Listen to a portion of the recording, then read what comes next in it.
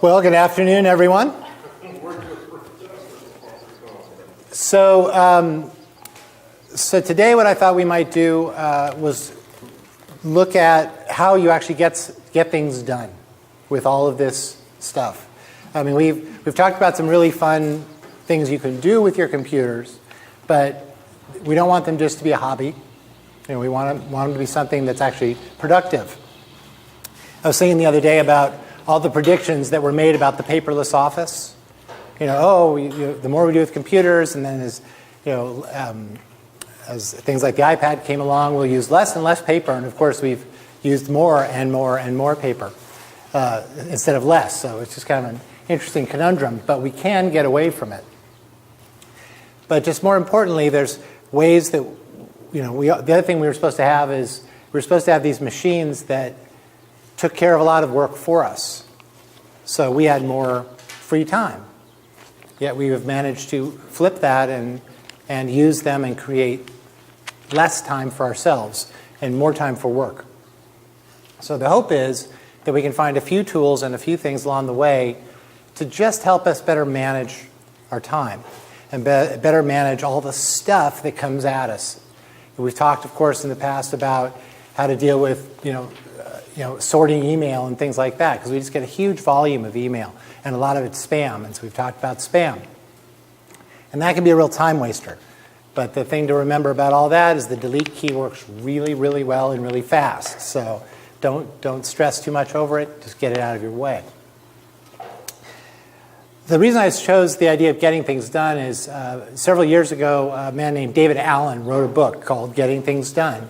And he's formed an entire company and consulting system out of the idea of getting things done. And what his idea is that all of the things we have in our lives that are coming at us take up space in our minds. And so they could be better used for other pursuits. So the best thing we can do is find a place for all those things and get them out of our sight. So, for example, you might have 40, 50 things to do on your to-do list, but he only wants you to see 8. Because you'll look at 8 and you'll think, I can do 8.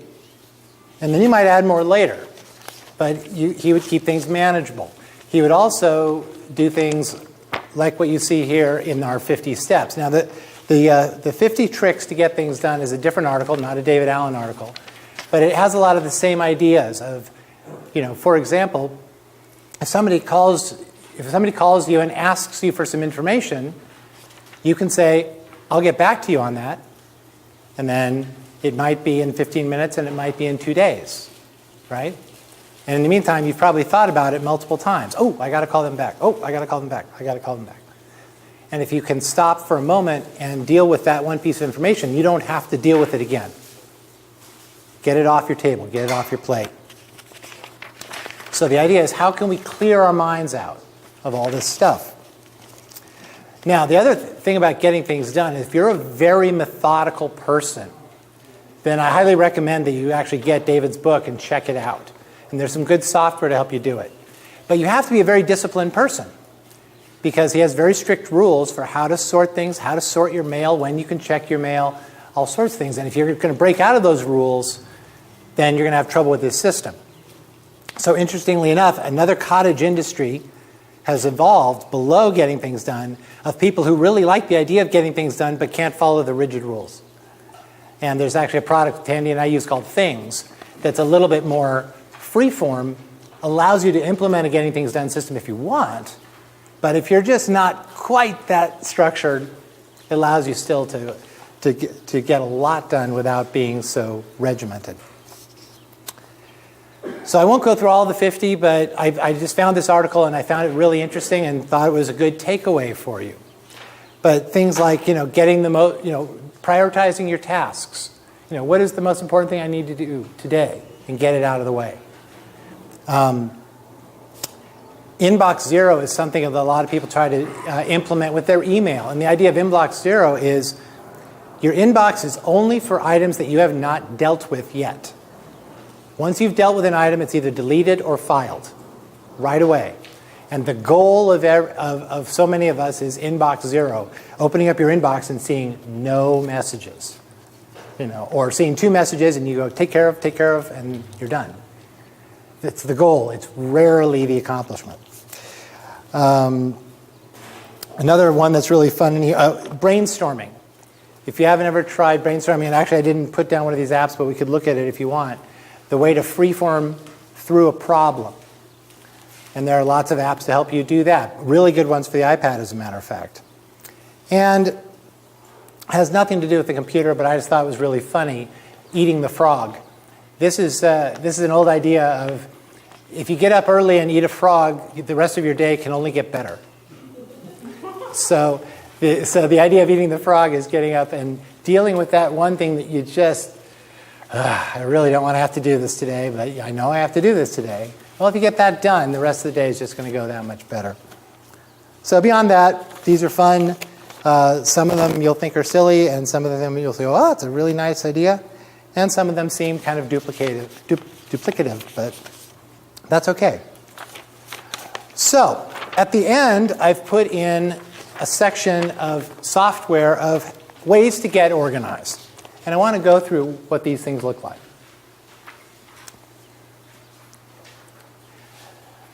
Now, we talked about the concept of getting things done.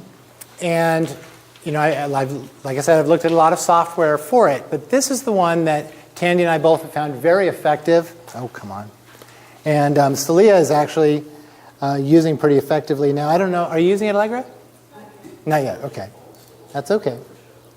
Things is thinking about opening. Oh, side note. So for all of you who are a little bit frustrated by the technology at times, and we try to present it in a really good way and make it really easy, I have been in such stress mode the last 2 days because of all this technology here at the church that's not behaving the way it needs to. I think the Wi-Fi was better this morning. I did a drastic thing last night. That helped. I went and bought an airport. I put an airport in. That's why. Yeah, exactly. Airport Express. One of the things that we've been doing right here, so we recently moved from DSL to Time Warner Cable. In doing so, we moved our phones over as well. So very nice. We got a higher speed. Everything's good. And boy, things is just not wanting to start here. Get out here and try again. We had 6 phone lines here for the church. We asked AT&T to transfer 5 of them to Time Warner Cable. They did that. They took the 6th line, which came to this building, and turned it off completely. They have refused to return my phone calls. So I've called 2 different managers at least 8 times, and they've refused to call me once. Their customer service people call Joan all the time to ask, why did you leave? To which we can now reply, because of your lousy customer service. So, oh, wow. See, and here today I am struggling with technology. Huh? Is she telling them? I don't know. I've asked her to, but I don't know if she's actually doing it. But one thing at a time. So that all of a sudden meant that we have no emergency phone down here, and we have no internet down here. We have great internet in the middle of the campus and up in the sanctuary and in the admin building. So one of the things I had to do because of this changeover is the DSL used to come right into the admin building, and we went from there. Now it comes in by the fellowship hall. So I had to take our router, move it down there, and reprogram things, which left no Wi-Fi up in the admin building. Well, we need that Wi-Fi. So I put in another router just for Wi-Fi. Well, it was lousy. And so we struggled with it for a while, and it kept dropping out. And so I said fine, and I went out and bought a more reputable router that the first one I thought was reputable. Bought a second one that's way more powerful. It'll be great. 7 times I tried to set it up. 7 times I had to fully hard reset the thing. Couldn't get it to work once. Good, really big company. So I was a little stressed. So last night I went out to Fry's after the meeting and bought an Airport Express. Now, I didn't buy the Airport Express the first time because it's really the most expensive of all these options. 5 minutes this morning, it's working great. You get what you pay for. So that's one of those stress things. That's one of the things where you go, okay, how many hours have I spent on this stupid solution when we could do better on another one? Let's see if things will behave any better now. I hope they will. I really hope they will. But I don't want you to think that if you have trouble with your technology that you're just not getting anything. It happens to everybody. No matter your level of training, you will get to the point of you'll want to just throw the thing out the window. Because remember, I said this on the first day, these are dumb machines. No matter no matter how cleverly they are programmed, from day one, they are dumb machines. And it only takes one thing to screw them up. Okay, after a long-waited delay, we are back to things. So the idea of things is to be able to create not just to-do lists, but nested to-do lists. So for example, I can have down here a list of things I want to think about for the church. Some of them I just wanted to get it out of my head, get it stored somewhere. I can't think about it now. But some of them have a more specific purpose, and so I'll look down here, and I have sub-areas within the church. Things I want to think about for arson rebuild, lay leader, North Valley, doves, and projection. So I can come here and look into doves and projection, for example, and see specific things that I need to deal with in that area. So first of all, I can compartmentalize. If I look at all of the things I think that I should be doing, the list is just extreme. But if I can knock it down into smaller bits, more digestible, I can think about it and go, okay, what do I need to think about in this case? What are the process points of this? I can also take certain things like projection for the band concert, and I know that I have a hard date that's got to get done. So if I say I have a due date of that, well, the band concert is on the 19th, and I want to show it in my things to do today at least, let's say 5 days ahead of that. Once I do that, it won't show up in my today list until 5 days ahead, and then it's going to pop in. So every day I open my to-do list, it's going to be repopulated automatically with things that should be timely. So, and those things that I don't need to deal with for 2 months, I don't even need to see them. They're out of my sight. And that's the clarity of something like this. So you have major areas, sub-projects, and then you can do things like dedicate things that should be done, think about these things today. And, a lot of people would say, that's too many things to think of in one day, but I'm looking at the things that are really, pressing for me. Next is in each of these areas, if I sort things by the most important to the least important, once I take care of the things that are on the top, the next ones will move up into that slot. And I can see what's next most important in each of these areas as I go down. Again, it's a pretty large list, but now I've told it, only look at 3. I've got 6 more in this one, but I don't want to look at those. I just want to look at the top 3 things in every area and see if there's something I need to deal with. Down on this one, I've said, show me a little bit more of that. I can schedule certain items to be repeating. I need to bill, every month I need to take those clients who I bill monthly and I need to send them a bill. So that comes up once a month. It doesn't happen I don't see it in the middle of the month. Get the truck serviced every 6 months, and I just put it on there, and then I don't think about it, and all of a sudden it just jumps up. So for me, these are things about just getting them out of my head. And then someday, at the moment I have nothing in the some days, but because I've gone through and I've done some rearranging. So, but the idea of some days is these are the things I'd like to do someday. Hike Yosemite, right? So we're going to go do that one. So that doesn't need to be on the list. But you put a few things in here because you have to have some things. If all we're doing is looking at the next thing in our queue, we're just keeping up. We're not getting ahead. And if you have a few things that are those bigger dreams, those bigger goals that you can look at from time to time and go, oh, that's right. We were going to do this. We were going to do that. Oh, how can I make that happen? And you might turn one of those some days into a goal that's more timely. But it's a way of taking that thing that you really wanted, and instead of forgetting it, having a place to put it so that you can find it again. And then, projects is just a list of the same things that are right down here. I don't know why that one's there. So this is, if this was getting things done, I wouldn't get to set up any of these categories or the way they're handled. They're rigidly assigned. The reason that I like things is this idea that you can be more flexible. Now, there are a lot of other programs that do this. But the key is this is not to look at ones that aren't just a basic to-do list. If you just need a basic to-do list, you can do that in your word processor or your spreadsheet. You can check things off anywhere. The idea is finding something that will help you prioritize and organize. And as soon as you do, that is less things to think about. So when I've put down items on this list, when I've highlighted a single program, it's to indicate this idea of a program. We may prefer this one, fine, but I want you to look at the whole idea of what things a program like this can do for you, helping you get organized. The other thing, and I'll show you one other place where we do this, the other key thing is it portable?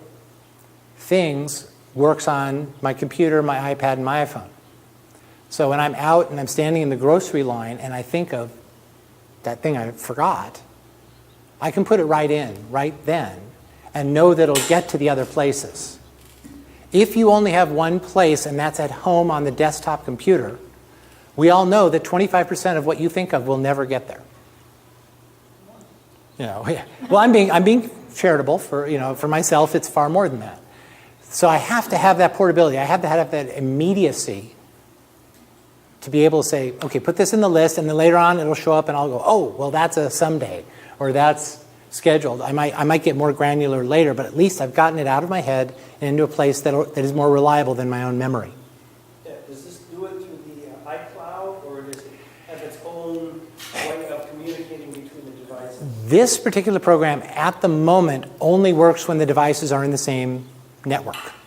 So it's limited, admittedly.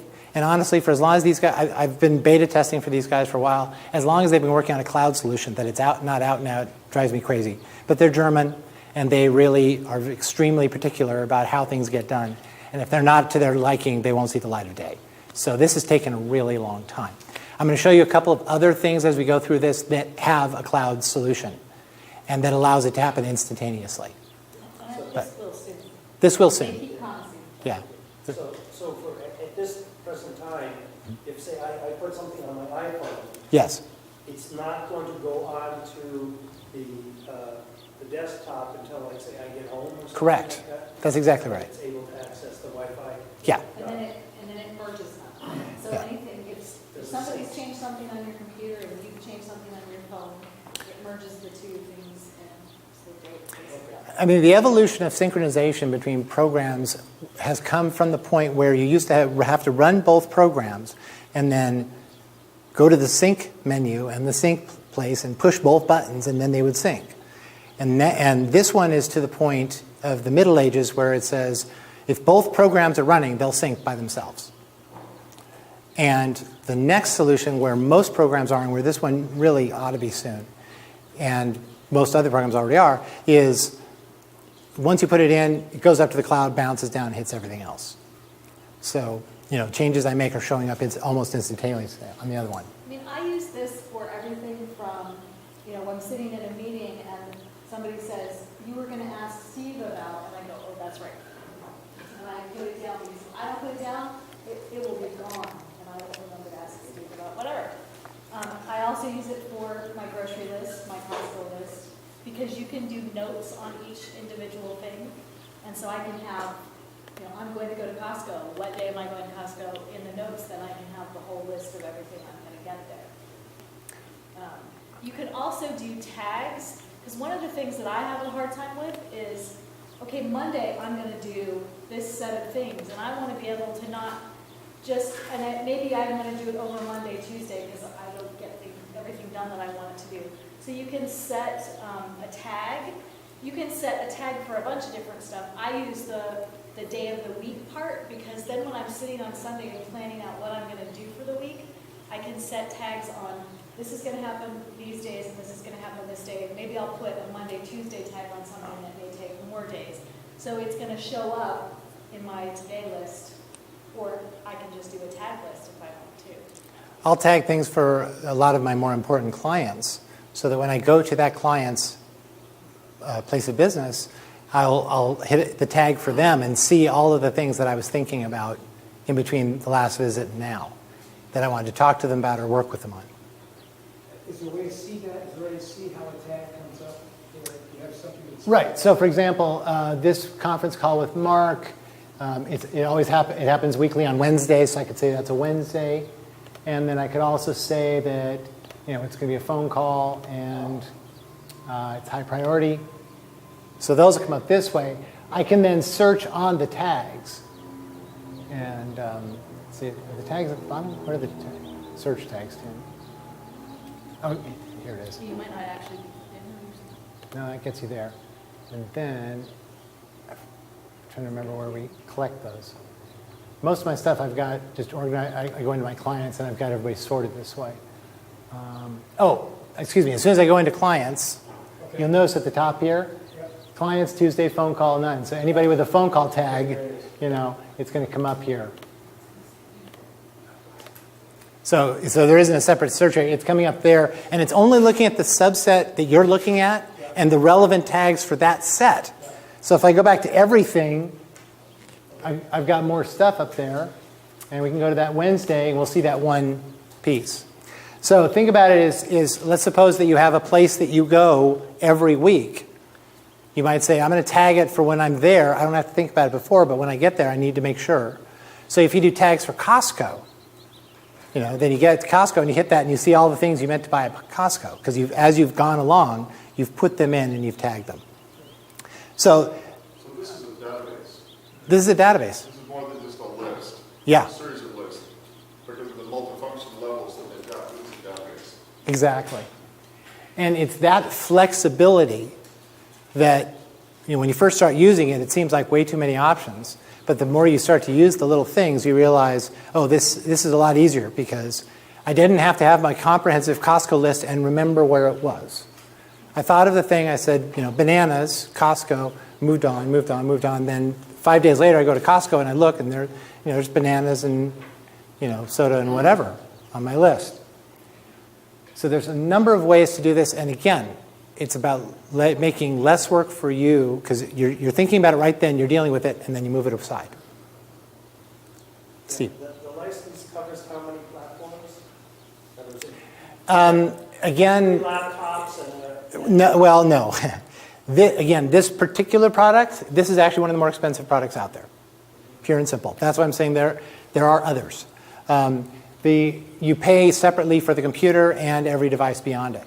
So you buy, if you have an iOS, you buy for that, and then you buy for...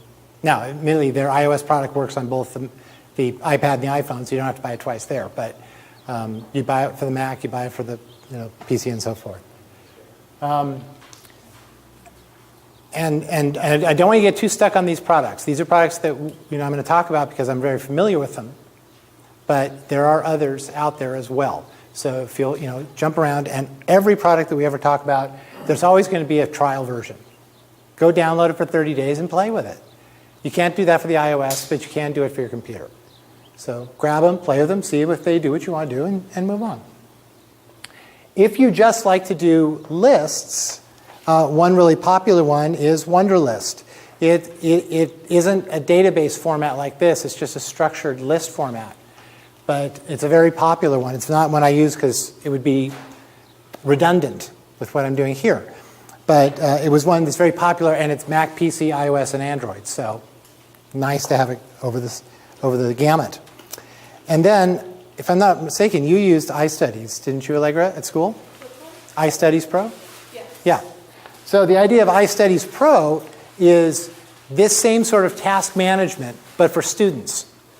And so it's a little bit more compartmentalized, but it helps them put in their classes, their class schedule, and then start to put in the assignments that come up. And really good in college where you have long-range things. Do you have anything you want to say about that?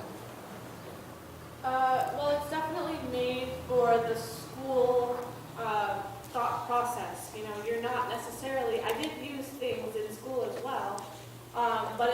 worked a little differently because iStudies Pro, you can specifically put in your regular class schedule, or if you have a one-time class or a lecture that you're going to go to, you can put that in. And if you have something due, whether it's just for a class or if it's on a specific date, you can put that in as well. And it's all pretty comprehensive. And it's a cute little format, just, you know, schooly. And it's nice. It works really well. My parents, up until very, very recently, kept a full paper address book and a full paper calendar all the time. And I remember that in the second month of January every year, my mom would sit down and re-handwrite the entire address book because there had been so many changes throughout the year. You can make lists, but sometimes Tandy likes to use yellow manila pads, yellow legal pads. She has a lot of them. So there are times when she goes, wait, and she's looking through the different ones to find where the list was.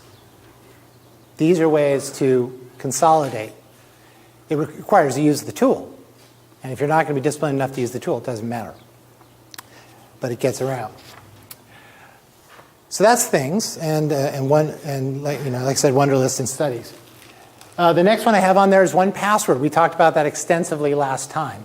But that or another product like it, like the ones we talked about last time, to organize your passwords. Because I know you have a lot of them, and hopefully you don't have a need for a lot, but only one password. You don't always use Reseda for everything. So as soon as you start using different passwords, especially for those more important things like banking and stocks and so forth, you need a way to organize them. Something like 1Password is going to do it. It's going to give you the security. Now the next one is called Evernote. And I am not officially, I'm an unofficial evangelist for Evernote. This is, bar none, the most important product I use every day. And I use it every day, multiple times a day. And here's the concept of Evernote. Let's imagine that you could have a notebook for every subject that you care about. Things I need to do at the house. That car I'd like to buy. I'm researching cars. Or things to do at the job, things to do with the family, whatever it is you want to organize. It's not going to be something simple like get milk. It's going to be a lot of data. I'm going to research 17 different cars, and I want all the data on these different cars and be able to compare them. So how do you get that data, and how do you get it, and then how do you retrieve that data? Well, the clever thing about Evernote, let's see if they'll, see if Chrome will come up here for me. The clever thing about Evernote is that it will grab data, for goodness sakes. See? We're all having trouble with technology today. What Evernote will do is it runs as a part of any browser that you have. And when you're, say, looking at something on the web and you go, oh, this is important, I've got to remember this, or this is relevant to what I'm talking about, you can click the Evernote button and it will grab that web page or just a portion of the data from that web page, and it'll ask, where should I put it? Oh, this is for car research, put it there. And tag it, Audi or whatever it's going to be. And then it'll go and put it in the notebook for you. And then you move on, you go somewhere else. It also keeps a tag of, I can't believe we're having this much trouble. My gracious. It'll even go on and make a tag. You can save your emails. If you have specific email information that the salesperson sent you the deal information on that car, you can grab that information, store it automatically in Evernote. You can do this from your iPhone and your iPad. You can do it from Android. You can do it from your computer. And this is one of those those systems that works instantly anywhere. Into the point that you can walk up to any computer, go to evernote.com, sign in as you, and there's all your stuff. Because it's all in the cloud. And as soon as you make a change, that gets disseminated everywhere else. We are clearly going to have issues here. I'm going to turn one thing off here, folks. Bear with me. I think that, I don't know, the only trouble I've been having is this Wi-Fi sharing, and I wonder if that's what's killing us. So I may have to take that down right now and see what happens. This is painful. Because I really want to demonstrate how this works and show you Evernote as well. Let me see if I can get Safari up. See if I can get any love out of these things. But yeah, Chrome just didn't launch at all. Not having a good day here. Huh? You have Evernote on yours? Yeah, I can do it on my iPad as well. I'm just trying to... My goodness. You're seeing the meltdown here, folks. This is exactly how my day's been going for the last 2 days. Lots of bouncy things at the bottom of the screen for no good reason. You said you're able to save part of a web page. Yes. Does it let you select a section and That's you can save? That's exactly right. A portion of a website, portion of an email, portion of a Word document. Evernote can do not reopen anything. Evernote can. The other thing, if you pay for it, Evernote is free up to 2 gigabytes of use. So use it as much as you want. But it also limits the kind of files that you can store because you can actually store whole files there. You can put movies and audio in there if that was relevant. You can put spreadsheets and word processing documents in there, and they're fully usable in there. So, because of my work and because of stuff here at the church, I get a lot of people sending me files. I'll actually put them in Evernote as the way to store them because I can access them. All right, we're crashing out. Unbelievable. So it's actually stored... It's stored in the database and it's pushed up to the web. So it's stored in those places and then it's pushed down to all my devices. So that word processing document that I was sent last night, somebody sent me in an email, I just told it to put it in Evernote for me, and I categorized what committee meeting it was for. If I pull up my iPhone, it's all there. Now, do you know, does Evernote have access to your data? To our data? Evernote does not troll your data. They do not troll your data. They have no interest in it. That's not their business. Google trolls your data because that actually is their business. Information profiling you is what they make money on. Evernote doesn't do that. One of the problems is some of these cloud providers actually mine your information, search through it and look for stuff. Dropbox does not. Yeah, Dropbox does not. Evernote does not. Wow, we'll just hope this comes up here. Always goes bad at the demo. So Evernote, the thing that it does for me is just allows me to quickly, again, get that data, get it out of my site to a place where as soon as I need to get it back, I've got it. So, I get system updates from Apple, and I can grab them and I can put them all in a file where if I need to go back and scan the recent system updates, I just open that file and there they all are laid out for me, instead of having to go back to my email and search and find all those things that they've sent. So that's one helpful way. When I was working on the network, I needed to make some Ethernet cables, and I just wanted to remind myself of the wiring of Ethernet. So at one point, I had saved an article on the proper wiring for Ethernet, and I just typed in Ethernet wiring, and 3 articles came up. I chose the one I wanted, and that was it. I didn't have to go online and try to find hopefully a good enough one. I had it locally, so it was really easy to grab. All right, let's see if it'll let me get there. All right. Boy, I hope this is going to... Well, we'll see. See if it'll let us get through. Come on. Yay. I don't know what else is good. I'm going to see if I can open a couple other things so that before it goes strange on us again, hopefully we can grab them both. It looks like Evernote's going to open as well. Okay. So, for example, if I want to search for zebras, switch me over to Evernote. Here we go. If I want to search for zebras, so it comes out here and it finds all sorts of things about zebras, and I want to find out, zebra, the free encyclopedia from Wikipedia. Let's check that out. And great. Oh, this is perfect. So for my school report on zebras, this is going to be great. Now, I could grab this entire thing, just tell it to grab the page.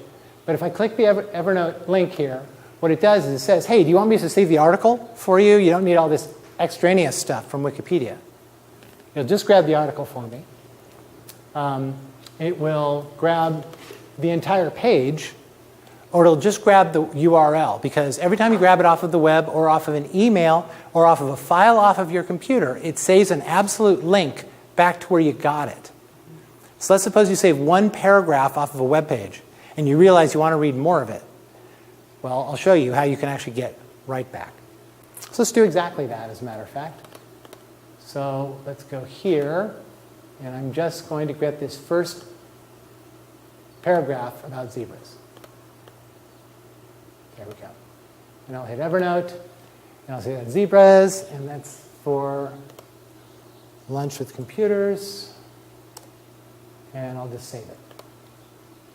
Okay, so that is now oddly enough, even though it's on my computer, it's actually going to go up to the internet service and then down to Evernote on my computer, because the cloud is king in this particular situation. So if I come here, these are, for example, I'm in all notes right now, almost 1,750 notes. You notice no zebras. So it's going to sync every 5 minutes on its own is what I have it set up for, but I'll manually do it so that I can get our zebra back up there. Come on, zebras. Had to get up there first, so it'll take a moment for you to get down. In the meantime, we'll look here. So here's an article on, I know, because I'm searching. I had a search open. Here's zebras. So there's our paragraph about zebras. But if I want to go back to it, you notice right there, there's the link, and I click on that link, and it's going to open the web browser and go right back to Wikipedia to the article. So now I can find more stuff.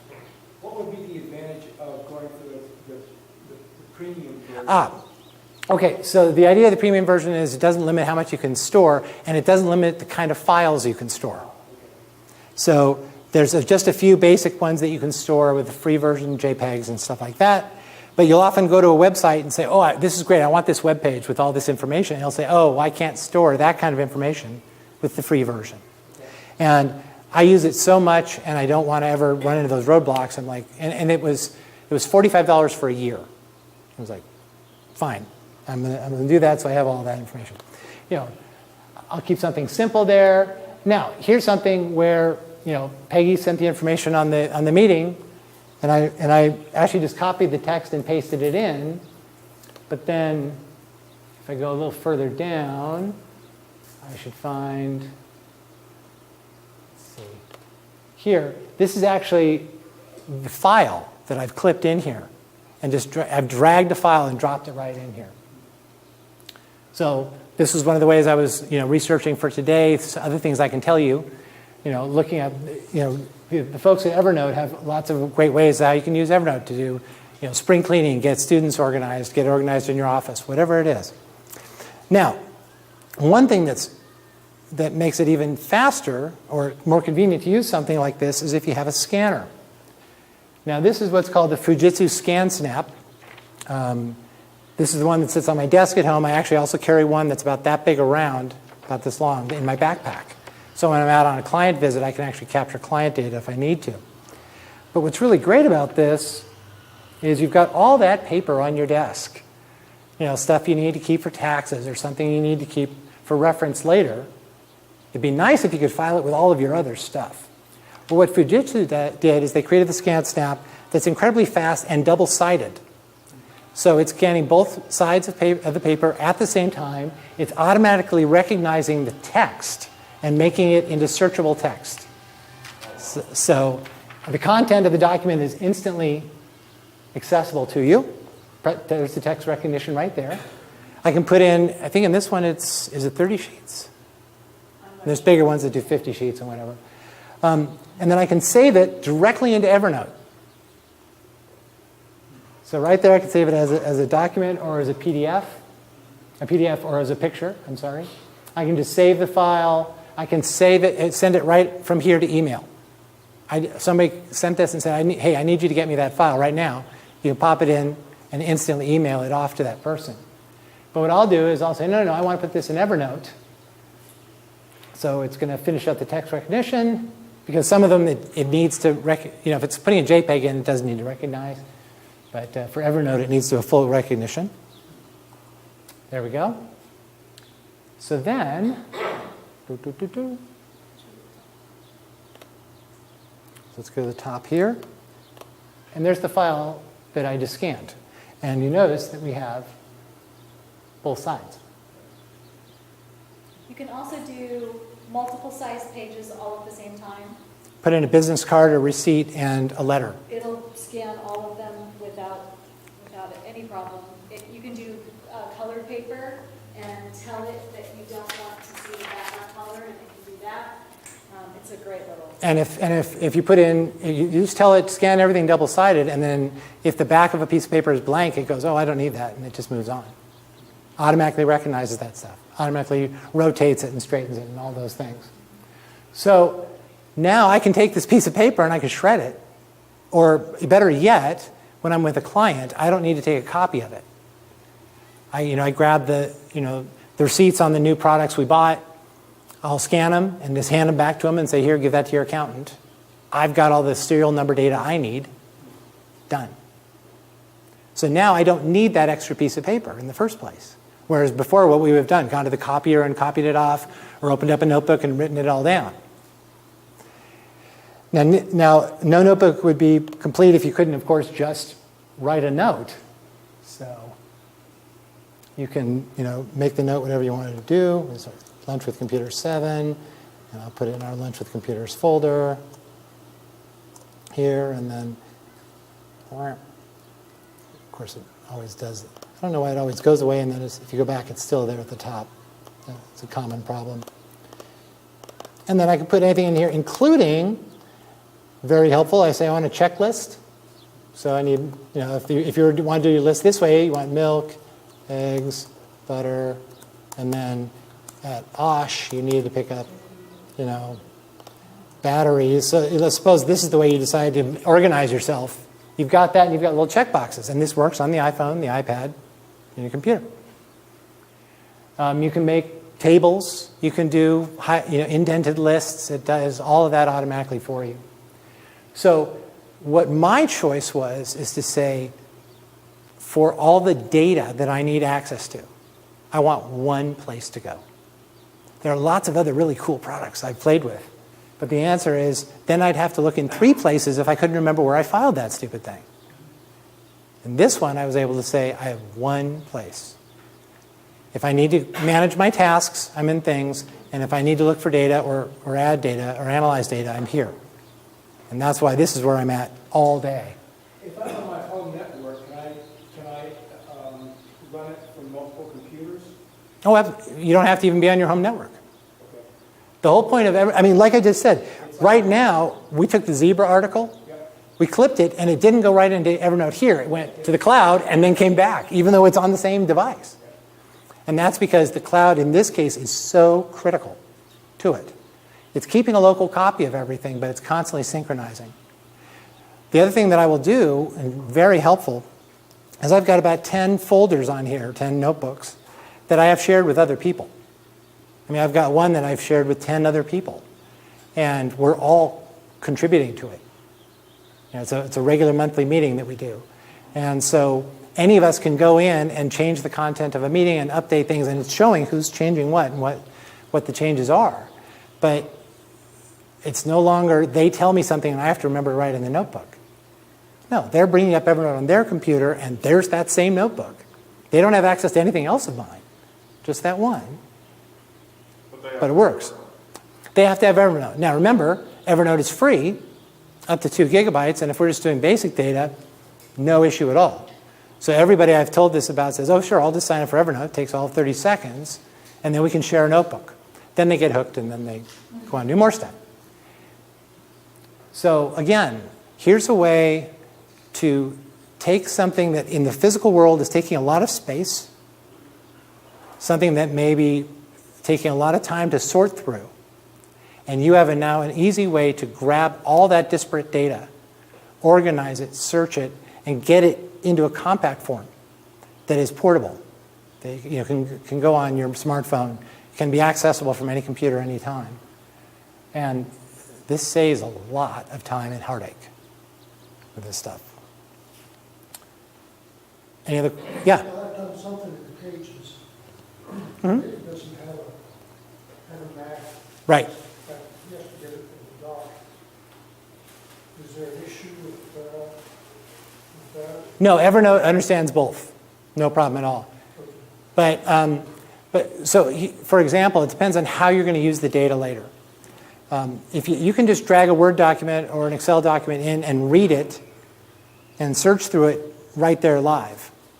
But if you want to go modify it, you then have to click on it and would go back to Word and allow you to modify it. I took the... It's the actual file is there. So it will open up the program the file came from. I could take something, Tandy could send me a drawing in Adobe Illustrator. This program isn't going to understand Adobe Illustrator, but it'll store the file for me. It'll even show me the file if there's a preview. But if I want to modify it in any way and say, no, I didn't mean this, I want this moved over here and change this font, whatever, I can double click on it and it's going to go out of the program, open Adobe Illustrator and open that file. And when I'm done, it's going to save it right back into Evernote because that's where it came from. So you're not having to manage this. It's going back and forth. But for example, a lot of the meeting notes I get from committee meetings, I'll just open the file, copy the text, pop it into Evernote, because then if I want to go back and make my own notes on top of it, it's a lot easier if I have access to go in and just muddle around. So that's why sometimes I choose to keep the file and sometimes I choose to keep the content. But I'm constantly on the internet and I'm getting literally hundreds of emails a day. So the ability to grab the salient information and store it somewhere where I can get back to it is key. Okay. So it's interesting. I think it seems like the Wi-Fi may have been the issue because I turned that off and we haven't had any more problems. So I apologize if you're using the Wi-Fi. So there's our zebras, and we'll get out of there, out of there. The other one, similar idea of being able to have this place to store things and be able to access it multiple places, and we've talked about this before, is Dropbox. We talked about Dropbox in part in context of 1Password, because 1Password is one of the programs that will store its main data file in Dropbox, so that when you open it on another computer, you can use that same cache of passwords and information. But what Dropbox is a special kind of folder on your computer that is actually stored in the cloud and therefore accessible from any number of computers.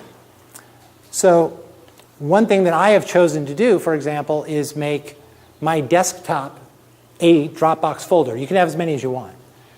So anything that goes on my desktop actually is in the cloud. Now, not my hard drives, but any other data. Typically, I have about 20, 30 files out here. They're in the messy desk folder right now for the purposes of today's demonstration. But if I go to Dropbox folder, I can see here, there's my 1Password keychain. There's my desktop of my computer. Files shared with my friends the Hiskies, and they have access to that same folder on their computers. So any of us who put files in there, we all get them. Every year, we put together a Christmas CD, so my brother and I and our families have access to this folder where when we hear a cool Christmas song, we can just drop it in. And other people can listen to it really easily. The Girl Scout robotics team I work with, I have a folder for all the parents. So they can leave files and I can put files and we can manipulate things around. And the band here at the church. All of the music that we perform is in this folder. All of the charts, all of the audio. So everybody in the band has access to this folder. This is actually on Jason's computer. But when he says, okay, here's the songs we're playing this week, I don't have to go searching for where all the music is. It's all here. And I can say, oh, we're going to sing Everlasting God, and there's the practice tracks, and there's the actual sheet music. And when Jason forgets to send me the lyrics, I just go pull them up. Exactly. So we put it on the projection computer for this same reason. Because we can go in and just grab that stuff directly. But at this point, nobody has an excuse for not getting the information. You've all got access to it. Get it. Consequently, what he does, he doesn't print out the music. He prints out the music for the band, but not for the singers, for example. If you want it, print it, or I just have it on my iPad because I have Dropbox on my iPad. So he goes, oh, we're seeing Everlasting God. I go over and I just open the file, and there it is. Never had to use the paper. And like I said, my desktop, you notice all I have is that same messy desk folder. There it is. And if I open it up on my iPad, my iPhone or my iPad, that same folder will be there and all its contents. So the way I use my desktop, for example, is files that I'm working on right now, work in progress.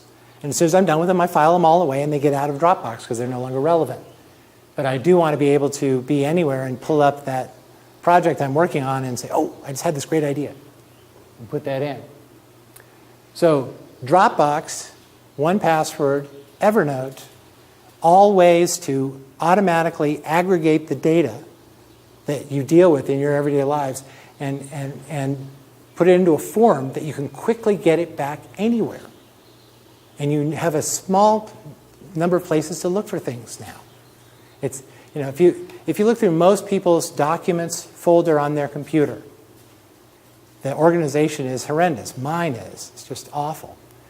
And it's because at one time I thought it was a great idea to make a folder called, camp songs, and then in it I might put different, youth camps and then put music in there.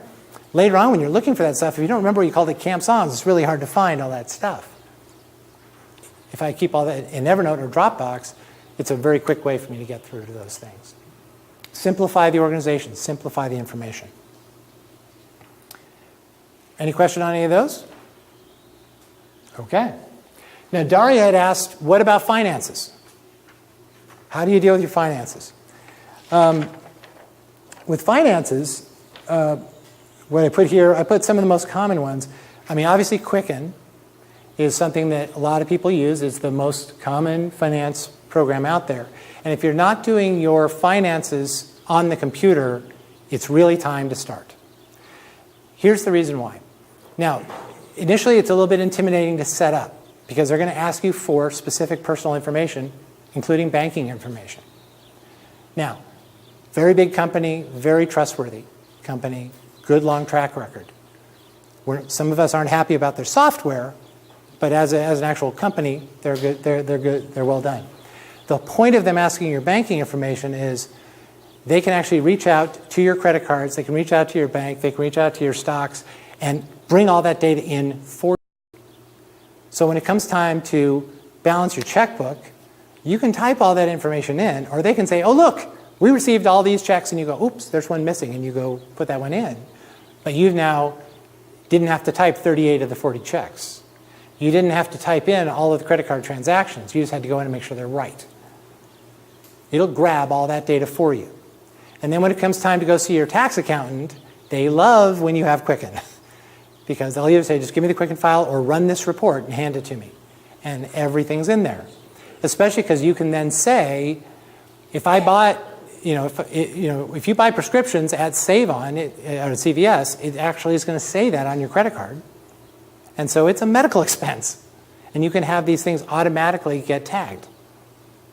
So, again, we're taking a lot of that painstaking going through the shoebox of receipts that we've all done at one point in our lives and getting rid of that. We might be scanning them in with something like this and dropping an image into Quicken to go along with our transaction.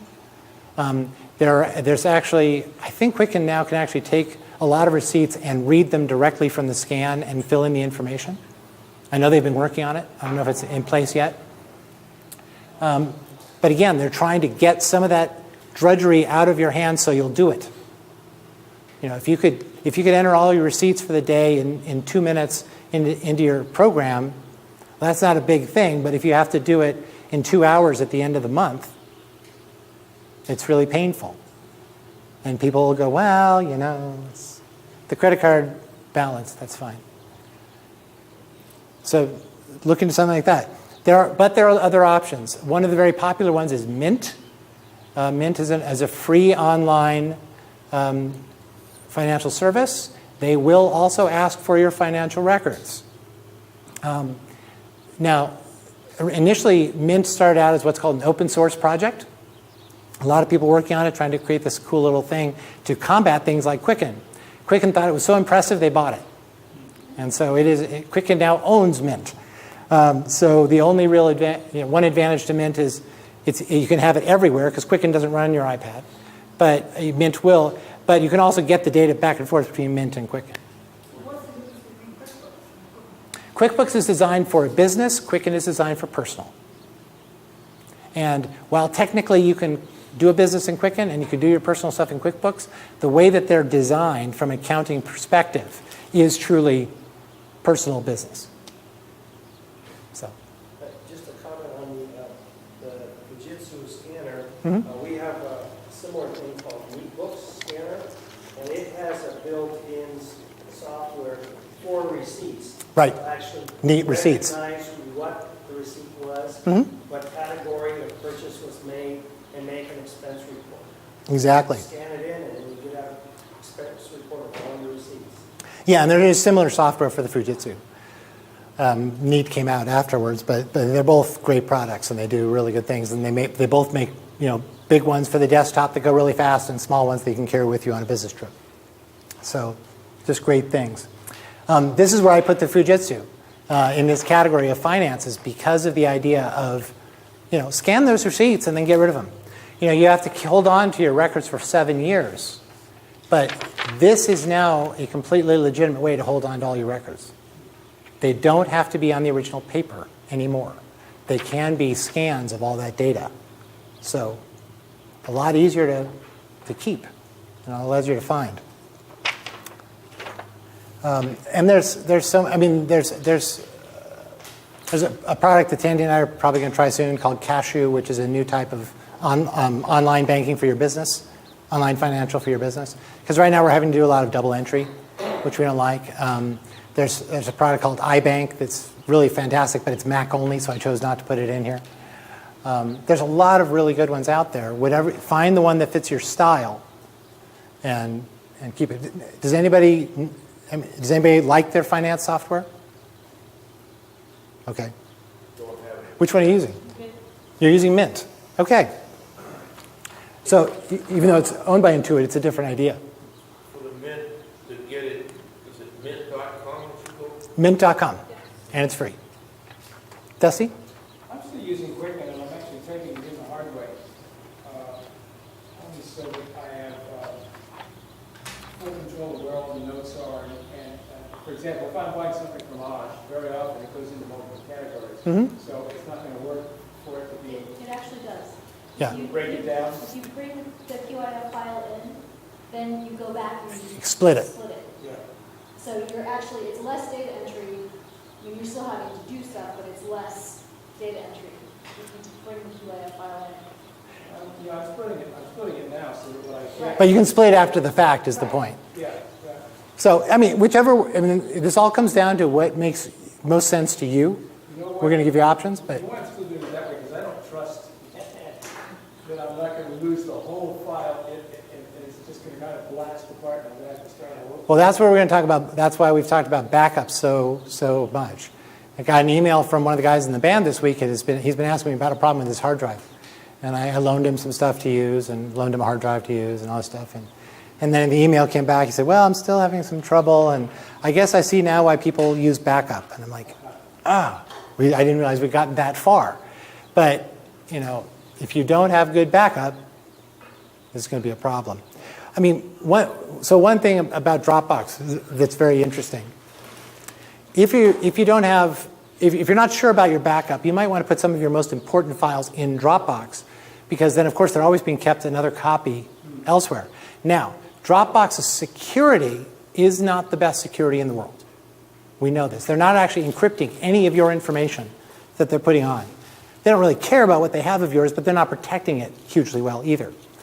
So there's a great trick. You can make what's called an encrypted disk image. You can do this on the PC, you can do this on the Mac.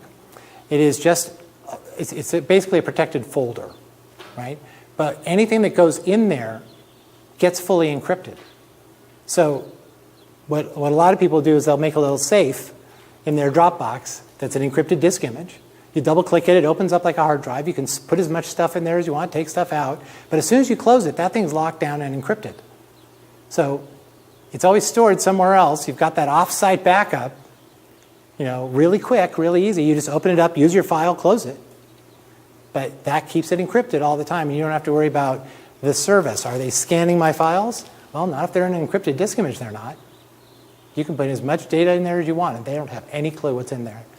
And with about a year's worth of work at the NSA, you could probably open it, but nobody's going to work that hard to get your data. There's plenty of other people who don't protect.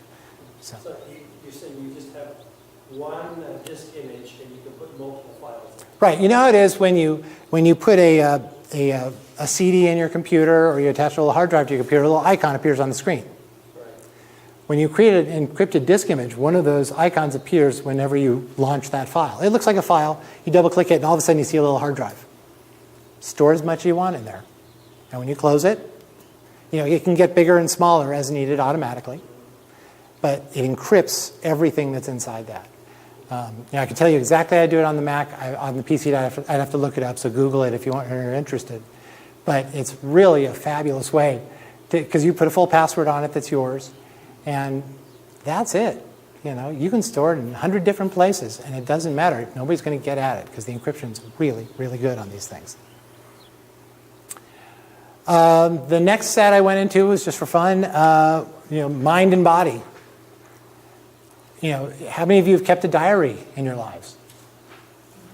So, it's writing in a diary is very. President Obama just announced that he supports same-sex marriage. Oh, did he actually come out? Yeah. President Obama. Good job. Very nice. I was wondering if that was going to happen. Day one is an electronic diary, and it kind of prompts you every day to talk about what's going on.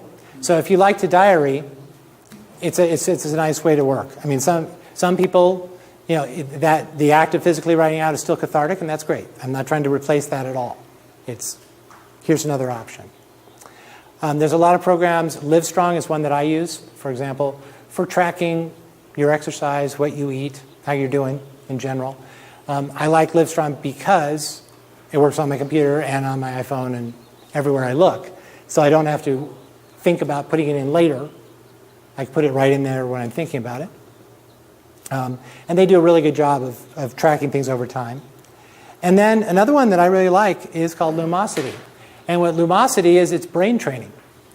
I have a lousy memory. I really, really do. And so for the last 6 months or so, I've been doing these. I signed into this service, and it's $45 for a year, or $30 for a year, and $30 and up. There's different plans, but you go in and they have things to improve, the speed of recognition and facial memory and word recognition and numeric ability and all these different things. And they're constantly testing you on things. And it takes about 15 minutes, and I don't do it every day. I should, but it's just one of those things. My grandmother had Alzheimer's. My mother's on her way into Alzheimer's, and I've always had a bad memory. So I thought, what? Wouldn't hurt. So just little fun things that may be helpful. And then the last thing I put on here is a little bit outside of the box, but if you still like pen and paper, it's really helpful. And it's called LiveScribe. And what LiveScribe is just regular paper, spiral-bound notebooks. I have a little reporter's notebook that I keep in my bag when I'm interviewing a client and trying to get a lot of data from them. And I can just pull out my LiveScribe pen and write directly on the paper. No big deal. And this is capturing everything we're saying as I'm writing and everything I'm writing.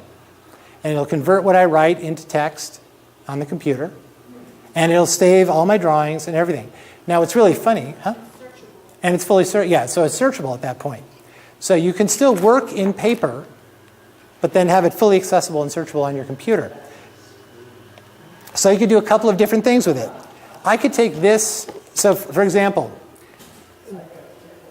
there's a meeting that I had with my brother Greg a little over a year ago, and we were talking about a particular product that he and I are interested in perhaps designing. So I've taken, about an hour and a half worth of notes and information on this. I didn't write down every word we said, but this recorded every word we said while I'm writing it down. Wait, it does both records what you write and audio? Yes. Yes. So now you say, okay, now we're going to talk about, diet products, and you write diet products. And if you write nothing else, you can go back and tap on the word diet products and start hearing the audio from that point forward of everything that was said. But it doesn't try to transcribe audio. No, it doesn't. It only transcribes what you write. I know, wouldn't that be lovely? There are products that attempt to do that. They're still a bit out there. But I can literally come in here and come back to an area here. It's kind of hard to hear, but it's actually playing the audio of the start of our meeting. Now, I'll stop that. And if I jump down to any of these headings where I'm taking notes, I can hear what we were talking about at that very moment. So if I look at my notes and go, that doesn't make any sense, I'll go back and listen to it and figure out what I got wrong. Now, as soon as this gets docked, there's a little dock near my computer, I put this in, it charges it, transfers all the data. Now, as soon as I do that,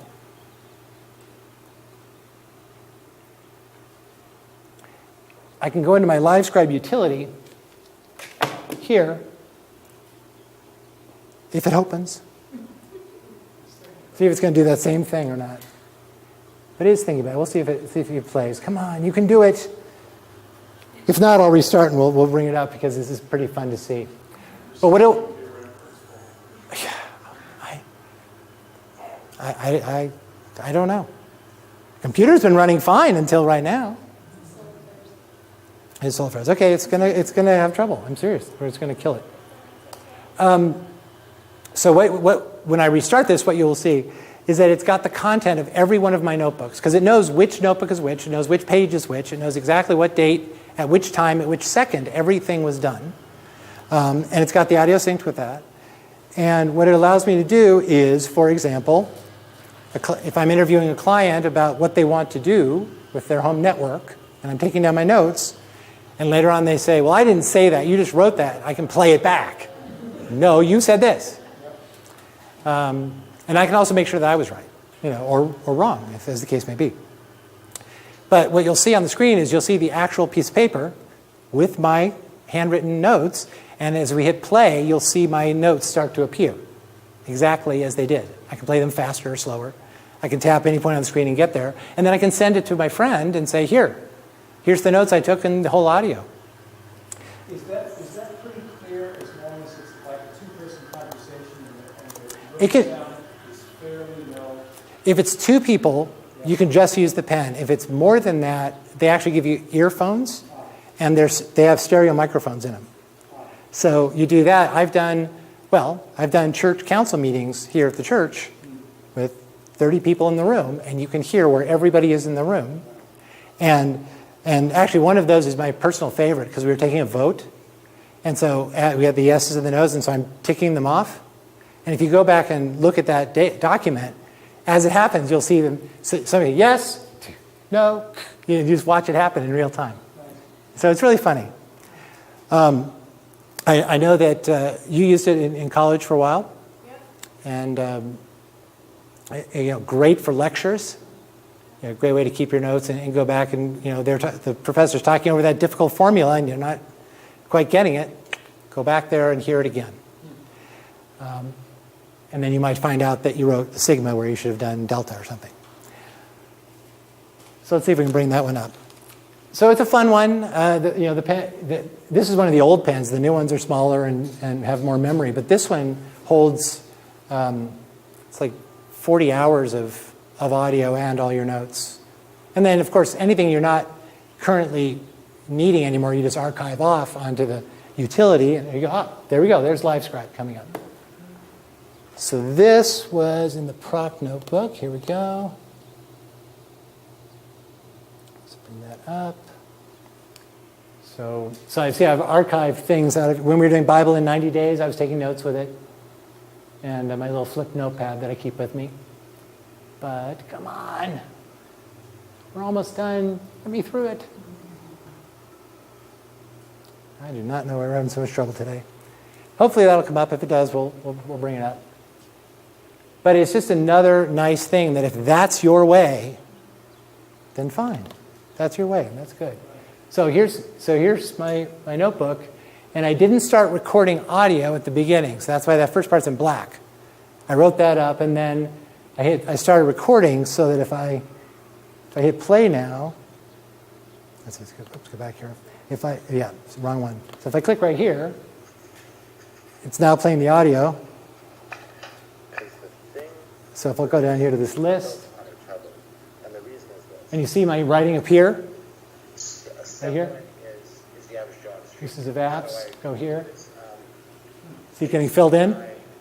So I see exactly what I was doing and hear what I was doing. And then you can find out how bad my note-taking ability really is, which is why I admire Allegra. She takes great notes. But it's a great way, if you're still a pen and paper person, to keep those notes in a format that is going to be very useful to you down the line instead of, what was I? You're trying to read that phone number, and you've called the phone number and it's wrong. You go back and listen and figure out that you wrote a sloppy 7 and it looks like a 1. Whatever it is. So there are lots of ways to manage your information and hopefully get us to that paperless or a less paper and more organized way so we're not spending so much time trying to find our data and just get to use it and move on. And get those things that are in our head out of the way. So unless you have any other questions, that's what I've prepared for today.